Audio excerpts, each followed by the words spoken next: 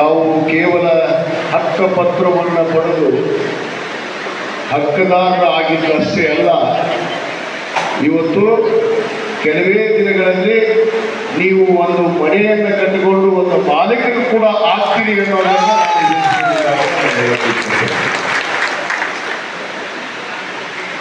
ಕೇವಲ ಹಕ್ಕುಪತ್ರವನ್ನು ನಾನು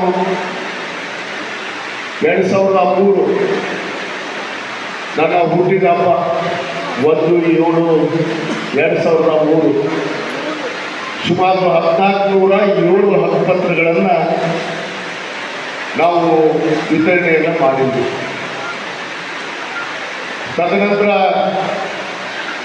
ಮನೆ ಕಟ್ಟಬೇಕಲ್ಲ, ಜಾಗ ಇದ್ರೆ ಅಷ್ಟೇ ಮುಗಿದಿಲ್ಲ. ಒಬ್ಬ ಬಡವನ ಕನಸು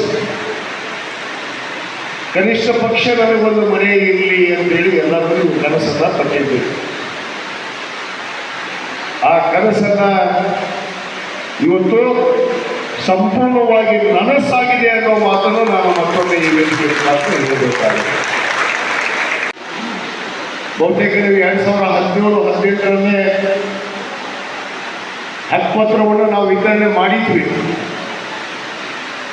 ಆ ಹಕ್ಕುಪತ್ರಗಳನ್ನು ಕೊಡದೆ ಉದ್ದೇಶಪೂರ್ವಕವಾಗಿ 2023ವರೆಗೂ ಹಕ್ಕುಪತ್ರವನ್ನು ಹಾಗೆ ಇಟ್ಟುಕೊಂಡು ನಿಮ್ಮೆಲ್ಲರ ಆಶೀರ್ವಾದದಿಂದ, ಪೂಜ್ಯರ ಆಶೀರ್ವಾದದಿಂದ ಇವತ್ತು ಮತ್ತೆ ಆ ಹಕ್ಕುಪತ್ರವನ್ನು ಪಡಿಬೇಕು ಅನ್ನೋ ಒಂದು ಛಲದಿಂದ ಇವತ್ತು ನನ್ನನ್ನು ಮತ್ತೆ ಶಾಸಕರಾಗಿ ನೀವು ಆಯ್ಕೆ ಮಾಡಿದ್ದೀರಿ ಅನ್ನೋ ಮಾತನ್ನು ಕೂಡ ನಾನು ಹೇಳಬೇಕಾಗಿದೆ.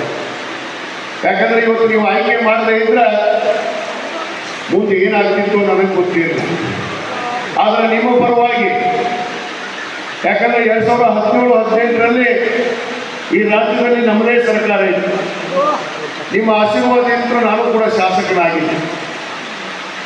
ನಾನು ಅವತ್ತು ಇಳಕಲ್ ನಗರದ ಬಡವರಿಗೆ, ನೇಕಾರರು, ಕೂಲಿ ಕಾರ್ಮಿಕರು, ಬಡವರಿಗೆ ನಾವು ನಿವೇಶನ ರಹಿತಾದಂಥ ಆ ಫಲಾನುಭವಿಗಳಿಗೆ ನಿವೇಶನವನ್ನು ಕೊಡಬೇಕು ಅಂತೇಳಿ ನಿಮಗೆ ಇಲ್ಲೇ ನಮ್ಮ ಇದೇ ರಸ್ತೆಯಲ್ಲಿ 42 ಎಕರೆ ಭೂಮಿಯನ್ನು ತೆಗೆದುಕೊಂಡು 1 ಎಕರೆ ಭೂಮಿಗೆ 22.5 ಲಕ್ಷ, ಸುಮಾರು 9 ಕೋಟಿ. ಇಡೀ ಕರ್ನಾಟಕ ರಾಜ್ಯದಲ್ಲಿ ಯಾವ ಮತಕ್ಷೇತ್ರದಲ್ಲಿ ಕೂಡ 42 ಎಕರೆ ಭೂಮಿಯನ್ನು ತೆಗೆದುಕೊಂಡಂಥ ಇತಿಹಾಸ ಇರಲಿಲ್ಲ. ಅದು ಕರ್ನಾಟಕ ರಾಜ್ಯದ ಇತಿಹಾಸದಲ್ಲೇ ಮೊದಲನೇ ಬಾರಿಗೆ ನಾನು ಮುಖ್ಯಮಂತ್ರಿಗಳ ಹತ್ರ ಇವತ್ತು ಹುದ್ದೆಯಲ್ಲಿ ನಮ್ಮ ವಸತಿ ಸಚಿವರಾದಂಥ ಸನ್ಮಾನ್ಯ ಲೇಔಟ್ ಕೃಷ್ಣಪ್ಪ ಅವರು ನಾವು ನೆನೆಸಬೇಕಿದೆ. ಮೊದಲು ನಮ್ಮ ವಸತಿ ಸಚಿವರಾಗಿ ನಮ್ಮ ಚಲನಚಿತ್ರ ನಟ ಅಂಬರೀಷ್ ಅವರಿಂದ ಹಿಡಿದಿದ್ದೀವಿ. ಅಂಬರೀಷ್ ಅವರಿದ್ದಾಗ ನಾನು 42 ಎಕರೆ ಭೂಮಿ ಖರೀದಿ ಮಾಡಬೇಕು ಅಂತೇಳಿ ನಾನು ಒತ್ತಾಯ ಮಾಡಿದೆ. ಅದನ್ನು ಅಪ್ರೂವಲ್ ಮಾಡಿಕೊಟ್ಟಂಥವರು ಸನ್ಮಾನ್ಯ ಲೇಔಟ್ ಕೃಷ್ಣಪ್ಪನವರು ಅನ್ನೋ ಮಾತನ್ನು ಕೂಡ ನಾನು ಇವತ್ತು ಹೇಳಬೇಕಾಗುತ್ತೆ. ಅವರಿಗೆ ಈ ವೇದಿಕೆ ಪರವಾಗಿ ನಾನು ಅಭಿನಂದನೆಯನ್ನು ಕೂಡ ಸಲ್ಲಿಸ್ತೀನಿ. 1 ಎಕರೆ 22.5 ಲಕ್ಷ ರೂಪಾಯಿ ನಮ್ಮ ಸರ್ಕಾರದಲ್ಲಿ ದುಡ್ಡಿಲ್ಲ, ನಾವು ಕೊಡೋಕ್ಕಾಗಲ್ಲ ಅಂತಂದಾಗ ನಾನು IAS ಆಫೀಸರ್ನೇ ಬದಲಿ ಮಾಡಿ ಬೇರೆ IAS ಆಫೀಸರ್ ಕೂಡಿಸಿ ಈ 42 ಎಕರೆ ಸ್ಯಾಂಕ್ಷನ್ ಮಾಡಿಸ್ಕೊಂಡು ಬಂದ್ವಿ. ಯಾಕಂದರೆ ಇತಿಹಾಸ ಸ್ವಲ್ಪ ತಿಳ್ಕೋಬೇಕಾಗುತ್ತೆ. ನಾವು ಭಾರತೀಯರು ಭಾರತ ದೇಶದಲ್ಲಿ ನಮಗೊಂದು ಇತಿಹಾಸ ಇದೆ. ಯಾಕಂದರೆ ಒಂದು ಇತಿಹಾಸದಿಂದ ನಾವು ಇವತ್ತು ಬಂದಿದ್ದೀವಿ ಭಾರತೀಯರಾಗಿ. ಎಲ್ಲ ಜಾತಿ ಜನಾಂಗಗಳು, ಎಲ್ಲ ಧರ್ಮೀಯರನ್ನು ಒಳಗೊಂಡಂಥ ದೇಶ ಅದು ನಮ್ಮ ದೇಶ, ಅದು ಭಾರತ ದೇಶ ಅನ್ನೋ ಮಾತನ್ನು ನಾನು ಹೇಳಬೇಕಾಗುತ್ತೆ. ಆದ ಕಾರಣ ಅವತ್ತು ಒಬ್ಬ ಅಧಿಕಾರಿನೇ ಬದಲಿ ಮಾಡುವಂಥ ಕಾಲ ಬಂತು. ನಾನು ಮುಖ್ಯಮಂತ್ರಿಗಳಿಗೆ ಹೇಳಿದೆ, ಇಲ್ಲ IAS ಆಫೀಸರ್ ಒಪ್ತಾ ಇಲ್ಲ, ನೀವು ಒಬ್ಬರು ಬದಲಿ ಮಾಡಿದರೆ ಮಾತ್ರ ಸಾಧ್ಯ ಅಂದಾಗ ತಕ್ಷಣ ನಮ್ಮ ಮುಖ್ಯಮಂತ್ರಿಗಳು IAS ಆಫೀಸರ್ನ ಬೇರೆ ಕಡೆ ವರ್ಗಾವಣೆ ಮಾಡಿ ಇಲ್ಲಿ ಮಾಡುವಂಥ IAS ಆಫೀಸರ್ನ ನಾವು ಹಾಕ್ಕೊಂಡು ಇದನ್ನು 22.5 ಲಕ್ಷ ರೂಪಾಯಿಗೆ ಅಪ್ರೂವಲ್ ತೊಗೊಂಡ್ಬಂದು ನಾವು ಭೂಮಿಯನ್ನು ಖರೀದಿ ಮಾಡಿದ್ವಿ. ಇದನ್ನು ಭೂಮಿಯನ್ನು ಖರೀದಿ ಮಾಡಿದ್ವಿ. ಅಲ್ಲೂ ಮರ 5 ವರ್ಷ ನೀನೇ ಎಮ್ ಇದ್ದೀರಲ್ಲ, ಯಾರು ಕಾಣದಿದ್ರಪ್ಪ? 2018ರಾಗ ನಾನು ಸೋತಿದ್ದೆ, ನಾ ಮನೆಯಾಗ ಕೂತಿದ್ದಿಲ್ಲಪ್ಪ. ಇದಕ್ಕೆ ಕೊಡಬೇಡ ಅಂದ್ರ, ಮನೆಗೆ ಕಟ್ಟಿ ಕೊಡಬೇಡ ಅಂದ್ರ, ಬಡವರ ಬಗ್ಗೆ ಕಳಕಳಿ ಇಲ್ಲ, ಬಡವರ ಬಗ್ಗೆ ಬಗ್ಗೆ ಚಿಂತನೆ ಇಲ್ಲ, ಸುಮ್ಮನೆ ಮಾತಾಡೋದು ಮೈಕ್ ಸಿಕ್ಕ ತಕ್ಷಣ. ನಾನು ಮಾಡಕತ್ತಿದ್ದೆ, ನಾನು ಮಾಡಿದ್ದೆ, ನಾನು ಮಾಡಿದ್ರೆ ಕೊಟ್ಟು ಬಿಡ್ಬೇಕಾಗಿತ್ತಲ್ಲ. ಯಾಕೆ ನಿಲ್ಲಿಸಿದ್ರಿ? ಉದ್ದೇಶಪೂರ್ವಕವಾಗಿ ನೀವು ಹಕ್ಕುಪತ್ರ ಕೊಡೋದನ್ನ ನಾವು ವಿತರಣೆ ಮಾಡಿ ಮುಖ್ಯಮಂತ್ರಿಗಳು ಬಂದು 2017ರಲ್ಲಿ ಇದೇ ವೀರಮಣಿ ಕ್ರೀಡಾಂಗಣದಲ್ಲಿ ಸಾಂಕೇತಿಕವಾಗಿ ಕೇವಲ ಇಳಕಲ್ ಅಷ್ಟೇ ಅಲ್ಲ, ಹುನಗುಂದ ನಗರದಲ್ಲಿ 24 ಎಕರೆಯಲ್ಲಿ 941 ಸೈಟನ್ನು ಮಾಡಿವಿ. 941 ಹುನಗುಂದ ಅಲ್ಲಿ ಹಕ್ಕುಪತ್ರವನ್ನು ಕೊಟ್ಟಿವಿ. ಇಳಕಲ್ಲು 42 ಎಕರೆದಲ್ಲಿ 1560 ಹಕ್ಕುಪತ್ರವನ್ನು ನಾವು ಸಾಂಕೇತಿಕವಾಗಿ ಈಗ ಕೊಟ್ಟಿವಲ್ಲ, 5-6 ಜನ ಕೊಟ್ಟಿವಿ, ಉಸಿರು ಕೊಟ್ಟಿವಿ. ಈಗ ಕೊಡ್ತಾರ ಈ ರೀತಿ ಕೊಡ್ರಿ ಅಂತೇಳಿ ಹೇಳಿದ್ವಿ. ತದನಂತರ ಇಲೆಕ್ಷನ್ ಆಯಿತು. ಇಲೆಕ್ಷನ್ ಮುಂಚೆನೇ ಯಾಕೆ ಕೊಟ್ಟಿದ್ವಿ ನಾವು? ಇಲೆಕ್ಷನ್ ಆಯಿತು. ಇಲೆಕ್ಷನ್ ಆದ ತಕ್ಷಣ ನಾನು ಸೋತೆ, ಆಟ ಸಾಕಾಗಿತ್ತು. ಪುಣ್ಯಾತ್ಮ ನಿಮ್ಮ ಹಕ್ಕುಪತ್ರ ನಿಲ್ಲಿಸಿ ಕೊಟ್ಟಿಲ್ಲ. ಎಲ್ಲಿವರೆಗೆ ಕೊಡಲಿಲ್ಲ? ಇನ್ನೇನೆ ಇನ್ನೂ 1 ತಿಂಗಳು 2 ತಿಂಗಳು ಇಲೆಕ್ಷನ್ ಐತೆ ಅಂತ ತಕ್ಷಣ ಹಕ್ಕುಪತ್ರ ಕೊಡ್ತೀನಿ ಅಂತೇಳಿ ಘೋಷಣೆ ಮಾಡಿದ್ರು. ನಿಮಗೆಲ್ಲ ಗೊತ್ತಿದ್ದಲ್ಲ, ನೆನಪೈತಲ್ಲ ಇದು. ಈಗ 2 ವರ್ಷದಿಂದ ಈಗ 54 ಅಲ್ಲ, 53 ಮಾಡಿದ್ದೀವಿ ನಾವು. ಅವತ್ತು 52 ವಯಸ್ಸು 52 ಹಕ್ಕುಪತ್ರವನ್ನು ಸಾಂಕೇತಿಕವಾಗಿ ನಾವು ಕೊಟ್ಟಿವಿ. ಮತ್ತು ಉಳಿದಂತೆ ಎಲ್ಲ ಹಕ್ಕುಪತ್ರಗಳನ್ನು ನಮ್ಮ ನಗರಸಭೆ ಕಾರ್ಯಾಲಯದವರು ಮತ್ತು ನಮ್ಮ ಅಧ್ಯಕ್ಷರು, ಹಿಂದಿನ ಅಧ್ಯಕ್ಷರು ಎಲ್ಲರೂ ಕೂಡಿ ನಾವು ಕೊಟ್ಟಿದ್ದೀವಿ. ಹಕ್ಕುಪತ್ರವನ್ನು ಕೊಟ್ಟಿವಿ. ಅದಕ್ಕೆ ಮನೆ ಕಟ್ಟಿ ಕೊಡಬೇಕಲ್ಲ, ಇದನ್ನು ತರಬೇಕಲ್ಲ ಸರ್ಕಾರದ.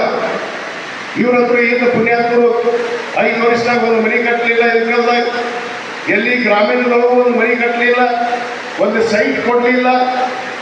ನಾವು ಮತ್ತೆ ನಮ್ಮ ವಸತಿ ಸಚಿವರಾದಂಥ ಸನ್ಮಾನ್ಯ ಜಮೀರ್ ಖಾನ್ ಅವರಿಗೆ ವಿನಂತಿ ಮಾಡಿಕೊಂಡೆ. ಜಮೀರ್ ಅಹಮದ್ ಖಾನ್ ಅವರಿಗೆ ದಯವಿಟ್ಟು ನನಗೆ ಮನೆ ಕೊಡಬೇಕು. ಇಳಕಲ್ ನಗರಕ್ಕೆ 2,000 ಮನೆ ನಾನು ಕೇಳಿದ್ದೆ. ಆಗ ಅಲ್ಲಿ ಅಡ್ಜಸ್ಟ್ ಮಾಡಿ 1,000 ಮನೆಯನ್ನು ನಮಗೆ ಕೊಟ್ಟರು. ಆ 1,000 ಮನೆಯ ಆದೇಶ ಪತ್ರವನ್ನು ನಾವು ಕೊಡ್ತೀವಿ.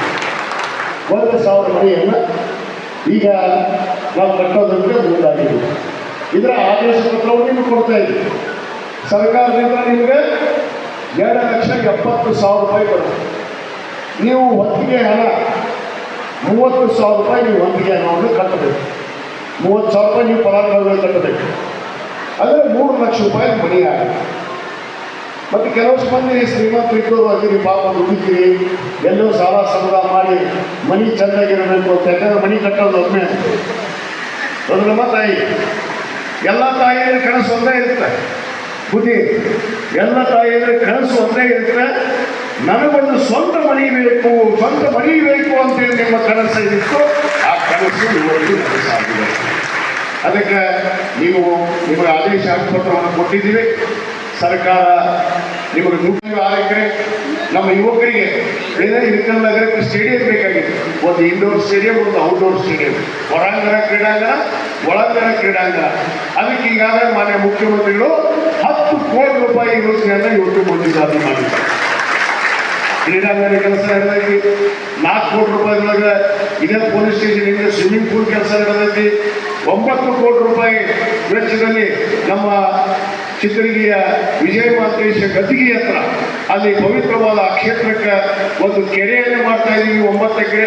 ನಿಮಗೆಲ್ಲ ಸಾಯಂಕಾಲ ಕುಡ್ರಾಕ್ಬೇಕಲ್ಲ, ಚಾ ಕುಡಿಯೋಕ, ಇದು ಪಿಕ್ನಿಕ್ ಹೋಗಕ್ಕೆ, ವಾಕಿಂಗ್ ಮಾಡೋಕ್ಕೆ, ಮಕ್ಕಳು ಆಟ ಆಡಕ್ಕೆ ಕರ್ಕೊಂಡು ಹೋಗಕ್ಕೆ, ಅಲ್ಲಿ ಸುಮಾರು 8 ಎಕರೆ ಜಾಗದಲ್ಲಿ ನಾವು ಒಂದು ಕೆರೆಯನ್ನು 9 ಕೋಟಿ ರೂಪಾಯಿ ವೆಚ್ಚದಲ್ಲಿ ಒಂದು ಕೆರೆಯನ್ನು ನಿರ್ಮಾಣ ಮಾಡ್ತಾ ಇದ್ದೀವಿ. ಮತ್ತು ಅಲ್ಲಪುರಪೇಟೆಯಿಂದ ನಮ್ಮ ವಿಜಯ ಮಾಂತೇಶ ಊರಾಗ ಮಠಕ್ಕೆ ಹೋಗಕ್ಕೆ ನೇರವಾಗಿ ಒಂದು ಬ್ರಿಡ್ಜ್ ಅನ್ನು ಮಾಡ್ತಾ ಇದ್ದೀವಿ. ಅದು 5 ಕೋಟಿ ರೂಪಾಯಿ ಬ್ರಿಡ್ಜು ಈಗಾಗಲೇ ಕೆಲಸ ಪ್ರಾರಂಭ ಐತಿ. ಇದು ಅಲ್ಲ ಅಭಿವೃದ್ಧಿ. ಇಳಕಲ್ ನಗರದಲ್ಲಿ ಅನೇಕ ಕಡೆ ಎಲ್ಲ ಬಡಾವಣೆಗಳಲ್ಲಿ ನಗರೋತ್ತರ 4ನೇ ಹಂತದಲ್ಲಿ ಈಗಾಗಲೇ ನಾವು ರಸ್ತೆಗಳನ್ನು ಮಾಡ್ತಾ ಇದ್ದೀವಿ. CC ರಸ್ತೆಗಳನ್ನು ಮಾಡ್ತಾ ಇದ್ದೀವಿ. ಅನೇಕ ಕಡೆ ನೀರಿನ ಸಮಸ್ಯೆ ಐತೆ ಅಂತೇಳಿ ಇಳಕಲ್ಲಾಗ ನಾವು ಕೇಳ್ಪಟ್ವಿ. ಯಾಕಂದ್ರೆ ಎಲ್ಲರಿಗೆ ನೀರು ಸಮರ್ಪಕವಾಗಿ ಕೊಡಕ್ಕೆ ಆಗ್ತಾ ಇಲ್ಲ. ಯಾಕಂದ್ರೆ ಜನಸಂಖ್ಯೆ ಜಾಸ್ತಿ ಆಗಿಬಿಡ್ತು. 2013-14ರಲ್ಲಿ ಈ ಯೋಜನೆ ಆಗಿತ್ತು. ಈಗಾಗಲೇ 10 ವರ್ಷದಾಗ ಎಷ್ಟು ಮಂದಿ ಹುಟ್ಟಿಯಾರ, ಎಷ್ಟು ಮನೆಗಳಾಗ್ಯಾವು, ಆ ಮನೆಗಳಿಗೆಲ್ಲ ನೀರು ಕೊಡಬೇಕು ಅಂತೇಳಿ ಈಗಾಗಲೇ ಸರ್ಕಾರ ಅಮೃತ್ 2 ಯೋಜನೆಯಲ್ಲಿ 60 ಕೋಟಿ ರೂಪಾಯಿಯನ್ನು ನಮ್ಮ ಇಳಕಲ್ ನಗರಸಭೆಗೆ ಒಂದು ಬಿಡುಗಡೆ ಮಾಡಿರುವ ಮಾತನ್ನು ಹೇಳಕ್ಕೆ ಇಷ್ಟಪಡ್ತೀವಿ. ಇದು ಅಭಿವೃದ್ಧಿಯನ್ನು ಏನು ಗುರುಗಳ ಅಭಿವೃದ್ಧಿ ಅಲ್ಲ ಇದು? ರಾಮಗಿರಿ ಮಠ ಸರ ಇದು ಅಭಿವೃದ್ಧಿ ಅಲ್ಲ ಇದು?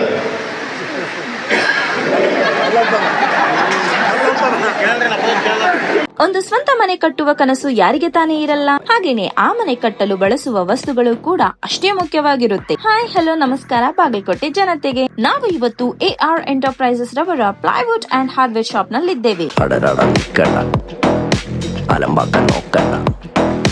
ಇಲ್ಲಿ ಮುಖ್ಯವಾಗಿ ನಿಮ್ಮ ಮನೆಗೆ ಬೇಕಾಗುವ ರೆಡಿಮೇಡ್ ಬಾಗಿಲುಗಳು ಸಿಗುತ್ತವೆ. ವುಡ್ ತರಹ ಕಾಣಿಸುವ Kinsa steel door, teak wood main door, bedroom laminated door, WPC bathroom door ಕೂಡ ಸಿಗುತ್ತವೆ. ಅದರಲ್ಲೂ ವಿಶೇಷವಾಗಿ ಕಿನ್ಸಾ ಸ್ಟೀಲ್ ನಲ್ಲಿ ಮೇನ್ ಡೋರ್, ಬೆಡ್ರೂಮ್ ಡೋರ್ ಹಾಗೂ back door with multi locking system ಗಳಲ್ಲಿ ಸಿಗುತ್ತವೆ. ಇವುಗಳಲ್ಲಿ 50 ವೆರೈಟಿ ಡೋರ್ ಗಳಿವೆ ಹಾಗೂ ವಾರಂಟಿ ಮತ್ತು ಟ್ರಸ್ಟ್ ಪ್ರೂಫ್ ಇರುತ್ತವೆ. ಕಿನ್ಸಾ ಸ್ಟೀಲ್ ಡೋರ್ ನಲ್ಲಿ finger print lock, face lock ಹಾಗೂ ಡಿಜಿಟಲ್ ಲಾಕ್ ಡೋರ್ ಗಳು ಕೂಡ ಅವೈಲೇಬಲ್ ಇವೆ. ಇದರಲ್ಲಿ ಸ್ಟಾರ್ಟಿಂಗ್ 23,000 ರೂಪಾಯಿಯಿಂದ 6 ಲಕ್ಷ ರೂಪಾಯಿಯ ವೆಚ್ಚದ luxury door, semi luxury door ಗಳಿವೆ. ಹಾಗೇನೆ ಈ ಶಾಪ್ ನಲ್ಲಿ interior design hardware, water proof plywood, modular kitchen unit, TV unit, main door lock kit ಹಾಗೂ ಆಕ್ಸೆಸರೀಸ್ ಗಳು ಸಿಗುತ್ತವೆ. ಇದರ location Anjuman complex, shop number 34, Hubli bypass road, Navanagar, Bagalkot.